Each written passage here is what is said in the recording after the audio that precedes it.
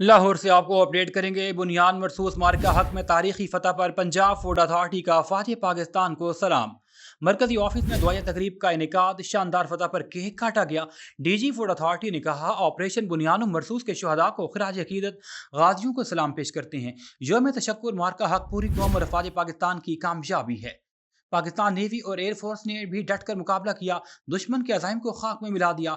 Air force और navy के जवान आसमान और बहरी बादशाह हैं, इन्होंने अपनी सलाहियतें साबित कर दी। ऑपरेशन में नाम की तरह अवाम और अफवाज पाकिस्तान ने भी आहनी दीवार का किरदार अदा किया। भारतीय जंगी जारियत के खिलाफ अफवाज पाकिस्तान ने हमेशा की तरह कामयाबी समेटी। डीजी फूड अथॉरिटी ने कहा, कौम अपने वतन के दिफा के लिए अफवाज पाकिस्तान के शाना बशाना खड़ी है। ऑपरेशन बुनियान मरसूस में अफवाज पाकिस्तान जुरत और बहादुरी की नई तारीख रकम कर रही है। इस मौका पर पाकिस्तान जिंदाबाद के नारे लगाए गए। पंजाब फूड अथॉरिटी भी हर महाज पर मिलावट माफिया के खिलाफ दिन रात मसरूफी अमल है।